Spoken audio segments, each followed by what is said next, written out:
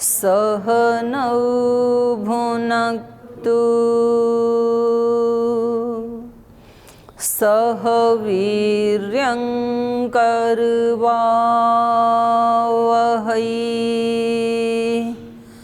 तेजस्विनावधीतमस्तु मा विद्विषावहै। ॐ शान्ति शान्ति शान्तिः।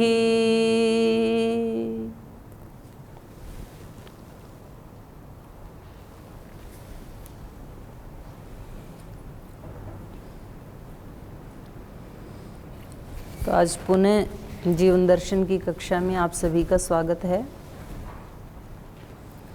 और आज अगला पाठ शुरू करें।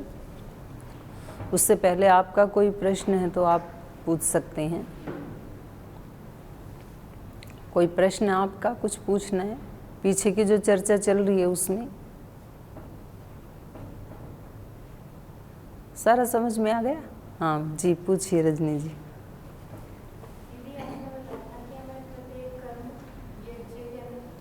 यज्ञ भाव से करना चाहिए। तो इसका तात्पर्य क्या है कि हमें पूर्ण होने तक करना चाहिए या फिर वो कार्य करते हुए हमें किसी और कार्य के बारे में नहीं सोचना चाहिए, या फिर अगर बीच में अगर अड़चन आ जाती है तो दूसरा काम करके फिर उस काम को फिर से पूरा करना चाहिए? यज्ञ भावना का इतना ही है कि यज्ञ करते समय हमारे सामने दो चीज़ें मुख्य रूप से होती हैं। एक तो जिसका अधिकार है, जिस देवता का, तो उसका उसको देना। और दूसरा मैंने मुख्य बताई थी यज्ञ की जो आत्मा है वो है इदन्न मम। मतलब इसका ये अभिप्राय नहीं है कि जैसे आप क्लास में पढ़ा रहे हैं, एक होते हैं नित्य कर्म जिसकी हम रोजाना चर्चा कर रहे हैं, एक होते हैं नैमित्तिक कर्म। नित्य कर्म ऐसे होते हैं जैसे कोई लोटा है, तांबे का लोटा है, और उसको आप कितना भी मांजें तो वो सोने का नहीं होगा, लेकिन उसमें दाग नहीं दिखेंगे, वो चमचमाता रहेगा, मतलब वो मेंटेन रहेगा, दूसरों को भी सुंदर दिखेगा। पर उससे कोई, उस लोटे को मांजने से कोई बहुत बड़ा पुण्य होगा ऐसा नहीं है, फिर भी हमें मांजना ही चाहिए। तो इसको कहते हैं नित्य कर्म। तो हम नित्य कर्म करते हैं तो उससे कोई बहुत बड़ा हमें पुण्य नहीं मिल जाएगा। हम स्नान करते हैं, दंत धावन करते हैं, कपड़े धोते हैं, स्थान को साफ रखते हैं, पढ़ाते हैं, तो ये सब हमारे नित्य कर्म हैं। दूसरे होते हैं नैमित्तिक कर्म, किसी निमित्त से करते हैं हम। तो आप पढ़ा रहे हैं और उसी समय मानो कि कहीं अग्नि लग गई, तो अब आपको नित्य कर्म करना चाहिए कि नैमित्तिक करना चाहिए? आप बोलो कि गीता में पढ़ाया था नित्य कर्म को कभी नहीं छोड़ना, तो मेरा तो नित्य कर्म है क्लास में पढ़ाना, तो आग लगी है तो लगे। तो ऐसा नहीं है, उस समय पढ़ाने को छोड़ देना चाहिए।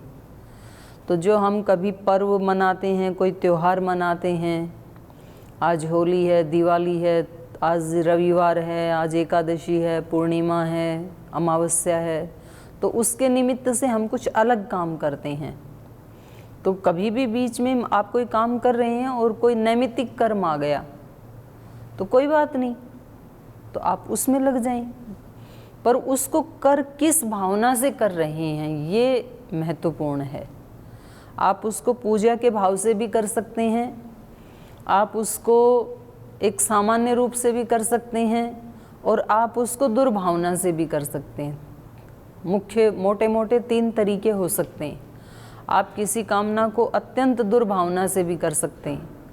जैसे मानो कि कोई रोगी किसी डॉक्टर के पास आया है और वो डॉक्टर अभी अभी अपने घर से आया, लेकिन उसका पत्नी के साथ झगड़ के आया है, बच्चों के साथ झगड़ा होके आया है।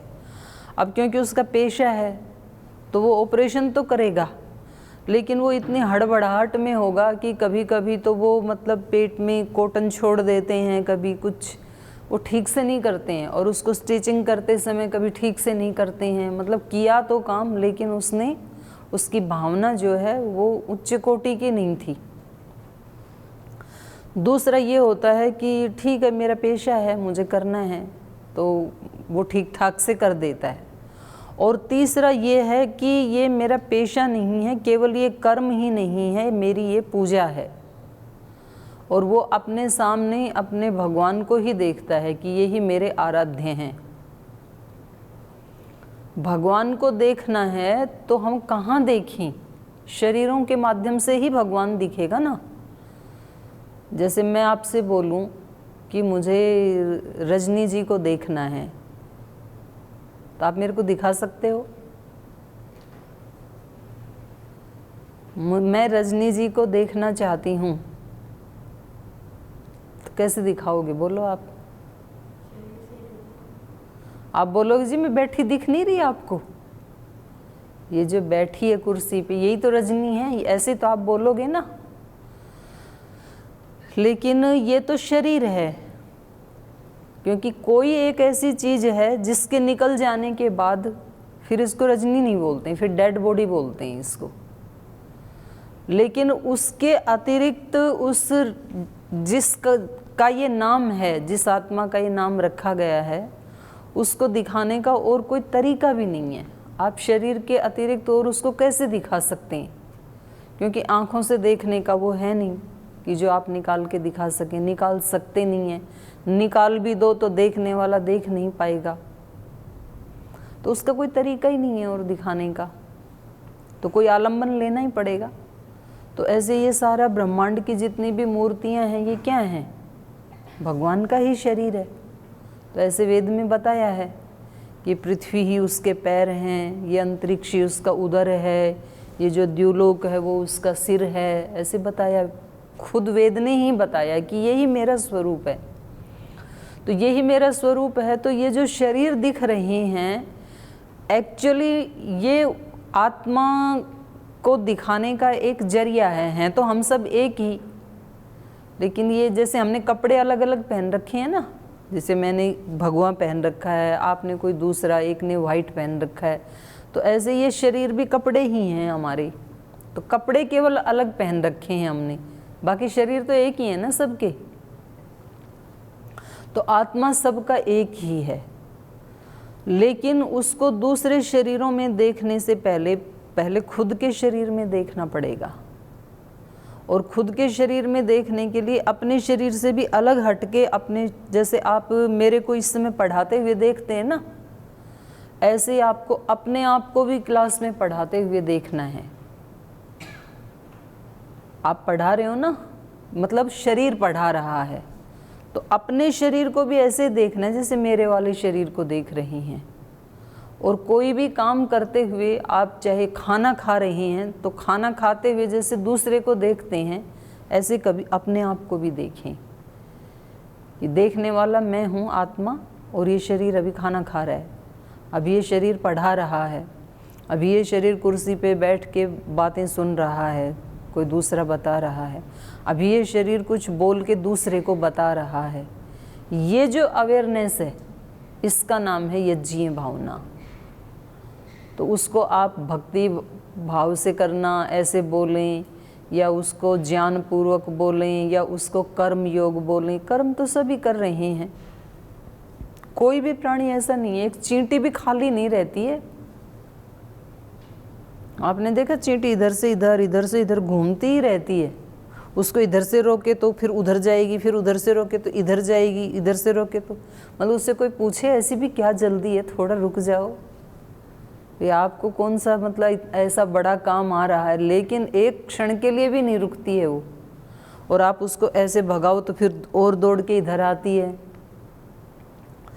कोई भी चीज़ बिना कर्म के कोई भी प्राणी नहीं रह रहा है, हर चीज़ गतिमान है इस संसार में। लेकिन इसी ही संसार में ऐसे भी लोग हैं कि जिन्होंने इस सारे ब्रह्मांड के जो मालिक हैं उसका दर्शन कर लिया इसी शरीर में। और ऐसे भी लोग हैं कि उससे कुछ लेना देना नहीं है, और इस शरीर की खुशी के लिए उन्होंने साधन जुटा लिए और बड़े सुख से जी रहे हैं। जाते समय भले ही उनको रोना पड़े, ऐसे भी लोग हैं।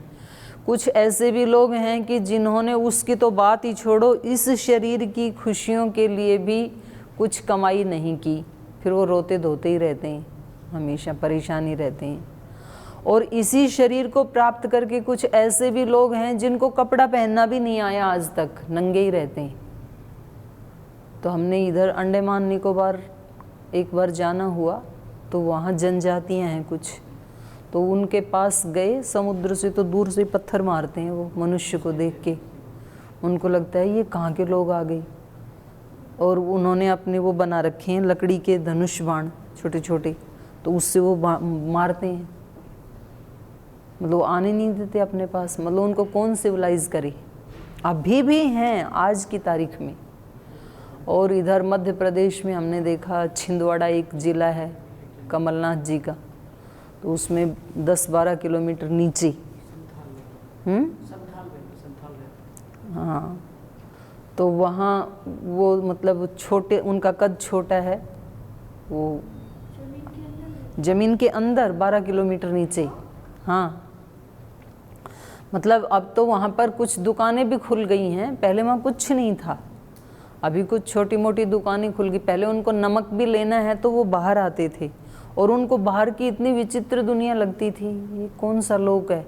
और ये वाले उधर जाएं तो इनको लगता था कि ये इस धरती के ऊपर, तो वो देख सकते हैं आप कभी भी। तो इसी शरीर को प्राप्त करके देखो ना कितनी वैरायटी हैं। पर हमें क्या चाहिए? तो हम जिस भावना से और जिस विचार से जिस कार्य को करते हैं ना, उस अनुपात में उसका फल मिलता है।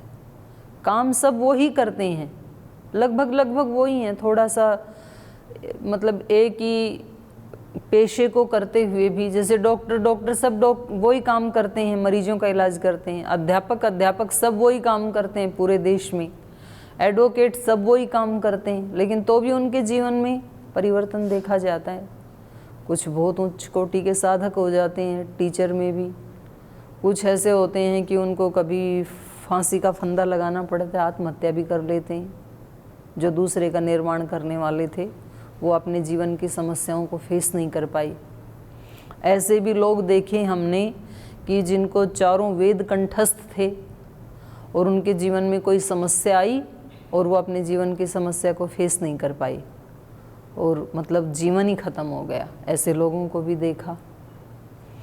तो ये जो शब्द है ना, ये तो हमारी सहायता करते हैं केवल, शब्द ज्ञान नहीं है।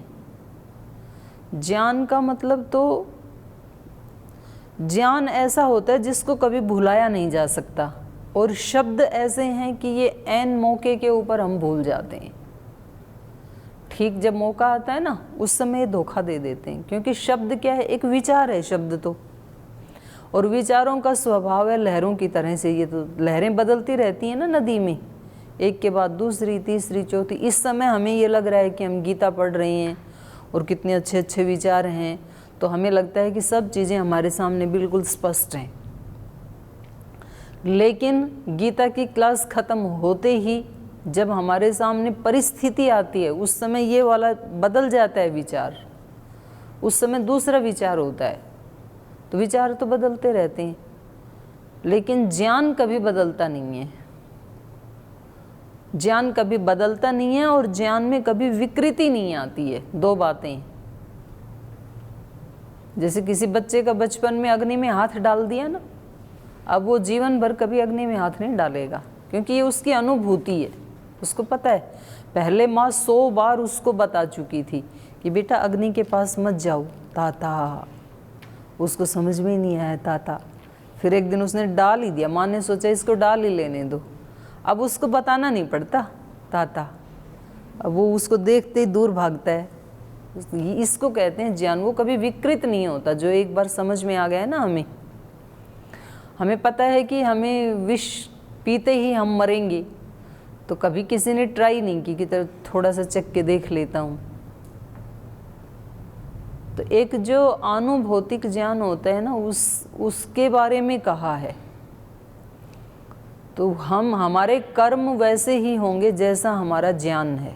और वो ज्ञान केवल गीता सुनने से नहीं आएगा, इस कक्षा में केवल डिस्कस करने से नहीं आएगा, वक्ता को भी नहीं आएगा, श्रोता को भी नहीं आएगा। लेकिन काम करते समय जिसने उसका प्रैक्टिस कर ली वो कभी फिर भूलेगा नहीं, क्योंकि जो अनुभव होता है ना वो उसको भुलाया नहीं जा सकता। जैसे साइकिल एक बार चलानी आ गई तब उसको भूल थोड़ी सकते हैं आप, जो 10 साल भी ना चलाओ फिर भी जिस दिन एक दिन आपने हाथ में ली तो आप चलाना शुरू कर देंगे, उसको भूल नहीं सकते हैं कभी भी।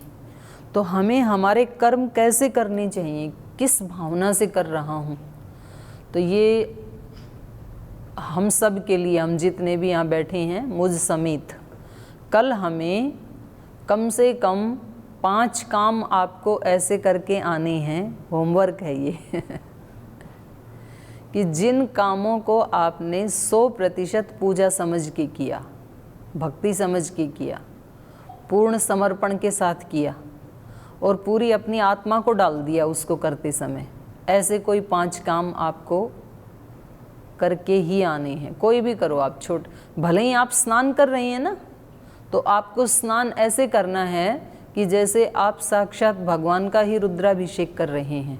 आप अपने शरीर को क्या समझेंगे, भगवान की मूर्ति है ना, हम भगवान की बनाई मूर्ति हैं। एक तो इंसान की बनाई हुई मूर्ति है तो कुछ बोलती भी नहीं है, और ये भगवान की बनाई हुई है, वो इंसान की बनाई है, ये भगवान की बनाई मूर्ति है। तो जब इस मूर्ति को आप स्नान करवाते हैं तो आप कैसे सोचेंगे कि भगवान की ही मूर्ति का मैं रुद्राभिषेक कर रहा हूँ। स्नान वही है, लेकिन आपका चित्त में भाव बदल जाएगा और उसका परिणाम बदल जाएगा। जब आप खाना खाएंगे तो आप ये सोचेंगे कि मैं भगवान की मूर्ति को भोग लगा रहा हूँ एक एक ग्रास के साथ। ये कोई असत्य है नहीं, भगवान की मूर्ति है ही ये बनाई हुई। आप कोई भी काम करेंगे, आप इसको, आप चल रहे हैं, आप बोल रहे हैं, आप सुन रहे हैं, तो भगवान की मूर्ति साक्षात आपके साथ संवाद कर रही है, ऐसा ही आप सोचेंगे। आप सफाई कर रहे हैं, आप पढ़ा रहे हैं, पढ़ाते समय आप यही सोचेंगे अपने बच्चों को पढ़ाते समय कि मेरी साक्षी में मैं देख रहा हूँ दृष्टा भाव में, और ये भगवान की बनाई हुई मूर्ति भगवान की बनाई हुई दूसरी मूर्तियों को पढ़ा रही है। और फिर उसका क्या इफेक्ट पड़ता है वो भी बताएंगे, कैसी अनुभूति हुई उस समय। तो कम से कम कोई 5 काम, शुरुआत तो ऐसे ही होती है, और कोई 5 काम आप ऐसे भी लाएंगे कि जिस समय आप भूल गए, बाद में याद आया। काम तो कर दिया लेकिन बाद में याद आया कि ये तो मैंने अवेयरनेस में नहीं किया। ऐसे होता है व्यक्ति को, जब किसी के साथ कोई वो होता है ना, संवाद होता है, झगड़ा होता है, तो उस समय तो बातें याद आती नहीं है, फिर बाद में ऐसे मन में आता है उसको मुझे ये और सुनाना चाहिए था, ये तो मैं भूल ही गया, उसको ये कहना चाहिए, उसका ये दोष भी तो मुझे पता था, ये तो मैंने बताया ही नहीं। तो कई बार चीज़ें बाद में याद आती हैं, उस समय याद नहीं आती हैं तो कभी हमें ऐसे भी याद आएगा। तो आपको कम से कम 5 ऐसे भी काम ढूंढ के लाने हैं कि जी उस समय मैं भूल गया लेकिन बाद में याद आया, और 5 कोई ऐसे करके आने हैं कि जिसमें आपने शुरू से ही संकल्प लिया और आप वैसा करके आए। इन भावों का और इन विचारों का क्या प्रभाव पड़ता है, इसकी खोज हुई है साइंस में। एक जगदीश चंद्र बसु हुए हैं, तो हैं जी, साइंटिस्ट हुए हैं, हाँ, तो उन्होंने बताया है कि ये जो पेड़ पौधे हैं ना, इनमें भी प्राण है, ये खोज उन्होंने की। और फिर उनसे भी आगे एक साइंटिस्ट हुए वेक्सटन, उन्होंने बताया प्राण ही नहीं होते, भावना भी होती है उनमें। तो जब पेड़ पौधों में प्राण और भावना होती है तो मनुष्यों में प्राण और भावना तो स्पष्ट ही दिखती है। मतलब आप, इसलिए कल से ना मैं आज ही सोच रही थी, मैंने कहा ये फूल मत तोड़ा करो। आप जब किसी पौधे के पास जाते हो ना बड़े प्रेम से, तो उसको बहुत अच्छी फीलिंग होती है कि एक पॉजिटिव वाइब्रेशन वाला व्यक्ति हमारे पास आया है, और तुरंत फूल तोड़ दिया और वो इतना कंफ्यूज हो जाता है कि ये क्या हुआ मेरे साथ। ये ऐसा ही है कि कोई सुंदर से बच्चे के पास आप खड़े थे और आपने कहा कि कितने सुंदर बच्चे हो आप, और तुरंत आपने गर्दन तोड़ दी उसकी। तो ये ठीक नहीं है। फिर उनको फीलिंग होती है पौधों को। जो बहुत मतलब उसकी मतलब आयु हो जाती है, जैसे मतलब वो टूटने वाला रहता है तब तो या तो उसको आप उसकी इजाज़त ले करके, उससे प्रार्थना करके, मतलब आपकी फीलिंग वो होनी चाहिए। आप अपनी भावना से पहले उसकी भावना को तैयार कर लें कि आप तो अभी सूखने वाले हैं, या आप यहाँ खिले हुए हैं और कोई आपका कोई ऐसा श्रद्धेय व्यक्ति आ रहा है, जैसे श्रद्धेय स्वामी जी महाराज आ रहे हैं, तो आपके जीवन की सार्थकता होगी ऐसा समझ करके यदि, तो उसकी इजाज़त लेनी चाहिए। आपने अभी रामायण देखी होगी तो आपने देखा होगा हनुमान जी जब वो वहाँ से लाते हैं पर्वत की संजीवनी वटी, तो इसको बड़ी जल्दी होती है सुग्रीव को।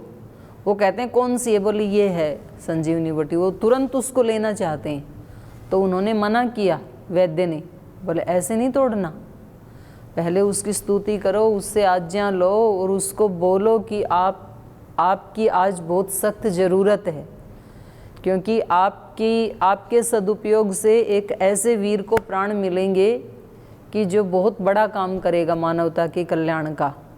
तो फिर वो खुद ही उनके पास आ जाती है औषधि। तो वो तो दिखाने के लिए है, लेकिन ये भावनाएं तो होती हैं।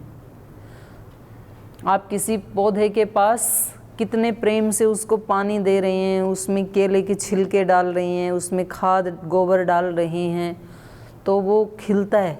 तो उन्होंने ये जो साइंटिस्ट हैं, इन्होंने बताया कि जब आप ऐसे ही किसी महान आत्मा के पास भी, और महान आत्मा कोई ऐसे थोड़ी लाल कपड़े में ही मिलेगी या जंगल में बैठी ही मिलेगी। महान आत्मा आपको झाड़ू लगाते भी मिल जाएगी, महान आत्मा किचन में भी मिल जाएगी, महान आत्मा टीचिंग विभाग में भी मिल जाएगी, महान आत्मा कहीं भी मिल जाएगी। जिसकी भावना महान, वो व्यक्ति महान। तो कोई भी महान हो सकता है। तो महान जिसकी भावनाएं करुणा से और महानता से, प्रेम से भरी हुई हैं, उस व्यक्ति के पास जब आप जाते हैं तो आपके 1500 WBC बढ़ जाते हैं। ये मतलब ये खोज हुई है। जैसे मानो कि आप डुमेट में, जैसे वो श्रद्धेय स्वामी जी महाराज हैं, बड़े स्वामी जी हैं, तो उनके पास जाने से पहले बाहर, कमरे के बाहर उस व्यक्ति का ब्लड सैंपल लिया और उसमें देखा उनके WBC RBC कितने हैं। फिर वो उनके पास गया, उनके पास 10, 15, 20 मिनट बैठा और फिर बाहर आया, तब दोबारा ब्लड सैंपल लिया उनका, तो उसमें 1500 WBC बढ़े हुए थे। और फिर उस व्यक्ति को एक ऐसे क्रूर व्यक्ति के पास, जिसका बहुत कठोर हृदय है, बहुत क्रूर है, जो उसको काटता है, मांसाहार आदि करता है, तो उसकी दुकान के अंदर जाने से पहले उसका चेकअप, वो ब्लड सैंपल लिया और फिर उसके पास जाके वो रुका थोड़ी देर, उसने उस दृश्य को भी देखा, उससे बातचीत की, उसके बाद बाहर आया तो उसके 1600 WBC कम हो गई। तो ये तो मतलब रिसर्च हुआ है। तो जो हमारी भावनाएं होती हैं, महात्मा बुद्ध एक बार कहीं से जा रहे थे तो एक व्यक्ति उनको मिले, तो उस व्यक्ति ने कहा कि आपको देख करके, आपके जीवन को देख करके ऐसे लगता है कि मतलब मैं भी संन्यास ले लूं। क्या जीवन है आपका। यद्यपि मेरी आज तक कोई संन्यास में या साधु संतों में कोई रुचि नहीं थी, यहाँ तक कि कभी मेरे माता पिता भी बोलते कहीं आश्रम में जाने के लिए तो मैं 1000 बहाने लगा करके मना कर देता था कि मुझे नहीं इनके पास जाना। और मतलब साधु सन्यासी और ये जो इस तरह के लोग हैं उपदेश देने वाले, उनका नाम सुन के मुझे सरदर्द आता है। उस व्यक्ति ने कहा मेरी कोई रुचि नहीं थी, लेकिन पता नहीं ये क्या हुआ, आपको देख करके मेरे मन में ये आ रहा है कि मैं भी ऐसा जीवन जीऊँ। तो महात्मा बुद्ध ने उस व्यक्ति से कहा कि ये अनायास नहीं हुआ है भाई, यहाँ कुछ भी अनायास नहीं होता है सृष्टि में। सबसे पहले तो हमें ये जो मनुष्य का शरीर मिला है ना, ये ऐसे ही नहीं मिल गया, बड़े पुण्य किए हैं आपने। ऐसे थोड़ी, आप वृक्ष भी तो बन सकते थे, कुत्ता बिल्ली भी तो बन सकते थे, कोई कीड़े मकोड़े भी तो बन सकते थे, मनुष्य ही क्यों बने? इसके पीछे हेतु है, ऐसे नहीं मिल गया। और मनुष्य शरीर किसके लिए मिला है, ये यदि नहीं जाना तो फिर इससे बड़ा कोई दुर्भाग्य नहीं है, क्योंकि आपने उस हेतु को ही समाप्त कर दिया जिस हेतु से ये मिला था। तो उन्होंने उसको सुनाया कि ये अनायास नहीं हुआ है, जो आपका मन कर रहा है ना सन्यास का, और आपके मन में जो एक ऊंचा जीवन जीने की भावना आ रही है, ये ऐसे ही नहीं हुआ। पिछले जन्म में आप एक हाथी थे और उस समय एक बार जंगल में बहुत आग लगी, तो आग लगेगी तो सब प्राणी भागेंगे, तो आप भी भाग रहे थे और भागते भागते आपके पैर में कोई बड़ा सा कांटा चुभ गया। तो आप श्रांत होकर के एक उस पैर को आपने उठाया और किसी पेड़ के नीचे आप खड़े थे, और उसी समय एक खरगोश भी भागते हुए आया और वो ठीक उसी जगह दुबक गया जो आपने पैर उठाया था। अगर आप पैर को नीचे टिका देते तो वो मर जाता, लेकिन आपने देखा कि ये खरगोश तो मेरे पैर के नीचे आ गया और ये तो पूरा विश्वस्त है यहाँ पे, तो आपने अपने पैर को खड़ा ही रखा। यद्यपि बहुत पीड़ा हो रही थी, बहुत कांटा भी आपको चुभा था, लेकिन वो बहुत आश्वस्त था खरगोश, तो आपने काफ़ी देर तक उसको उठा के रखा जब तक कि वो भाग नहीं गया वहाँ से। तो इतनी देर तक पैर उठाने से आपका पैर जो है वो अकड़ गया और उतनी देर में आग पास में आ गई, तो आप फिर आगे भाग नहीं पाए और आपके जीवन का अंत हो गया। खरगोश तो बच गया, लेकिन आपके जीवन का अंत हो गया। लेकिन मरते समय आपके मन में बड़ी परम संतुष्टि थी कि चलो मैंने मरते मरते कम से कम एक जीवन की तो रक्षा की। और जब आपने पैर नीचे नहीं टिकाया, उस समय आपके मन में बहुत करुणा थी। तो उस करुणा और प्रेम की स्थिति के कारण आपको ये मनुष्य का शरीर मिला है, और वो करुणा और प्रेम की स्थिति का संस्कार भी आपके अंदर था, लेकिन कोई आलंबन ऐसा नहीं मिला था कि वो संस्कार जागृत हो सके। जैसे बीज होते हैं ना, तो बीज को जब तक कोई आलंबन नहीं मिलेगा तब तक उसमें अंकुर नहीं फूटेगा, और उसके लिए अलग ऋतु चाहिए, अलग भूमि चाहिए। अब राजस्थान में यदि केसर बोएं तो नहीं उगेगी वहाँ पर, और वहाँ जम्मू कश्मीर में जाकर के बाजरा बोएं तो वहाँ नहीं होगा। फिर तो स्थान भी अलग चाहिए और ऋतु भी अलग चाहिए। तो आप सब जानते हैं, आप तो उत्तर भारत के ही रहने वाले हैं सब। जैसे अभी हमने गेहूं की फसल की कटाई की है, तो गेहूं की फसल के साथ साथ जो खरपतवार होते हैं वो बथुआ, खरतवा, वो खरपतवार होती हैं। तो बीज किसका बिखरा है? बथुए का बिखरा है ना। लेकिन अब जब श्रावण मास में बारिश होगी तो बथुआ उगता नहीं है, दूसरे खरपतवार उगते हैं, चौलाई उगेगी, दूसरी घास उगेगी। तो बीज तो ये बिखरे थे, वो क्यों उगे? क्योंकि उनके उस बीज के अनुकूल इन्वायरमेंट है ये श्रावण मास में। और ये जो अब बिखरा है बीज, ये जा कर के फिर जब गेहूं बोएंगे तब उगेगा। तो आलंबन मिलने के बाद ही वो संस्कार जागृत होते हैं। आलंबनों का योग दर्शन में भी बताया कि आलंबन के हटा देने से वो चीज़ें हट जाती हैं, आलंबन सामने आता है, वो संस्कार जागृत हो जाते हैं। आप बड़े आराम से किसी स्थान में बैठे हैं, अपनी क्लास में बैठे हैं, अपना काम कर रहे हैं, और अचानक कोई व्यक्ति, बहुत अहंकारी व्यक्ति आकर के आपको उल्टा सीधा बोलने लगता है, आपके अहंकार को चोट पहुंचाता है, आपका भी अहंकार जागृत हो जाता है। फिर आप भी उसको सुनाने लगते हैं। तो वो अहंकार प्रसुप्त अवस्था में था। लेकिन ये जो आलंबन मिला, गुस्सा कब आता है हमें? अब थोड़े ना गुस्सा आ रहा है, लेकिन अभी आप में से कोई एक व्यक्ति ऐसा कोई काम करे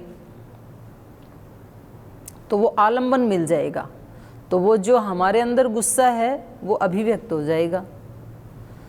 जैसे हमने तिल्ली जलाई और इस पे दीवार पे फेंक दी, तो दीवार जलेगी कि तिल्ली जलेगी? तिल्ली जलेगी, दीवार का कुछ नहीं बिगड़ने का। लेकिन इसी दीवार के ऊपर हमने पेट्रोल 5 लीटर डाल दिया और अब आप तिल्ली डालो तो फिर कौन जलेगा? तब दीवार भी जलेगी।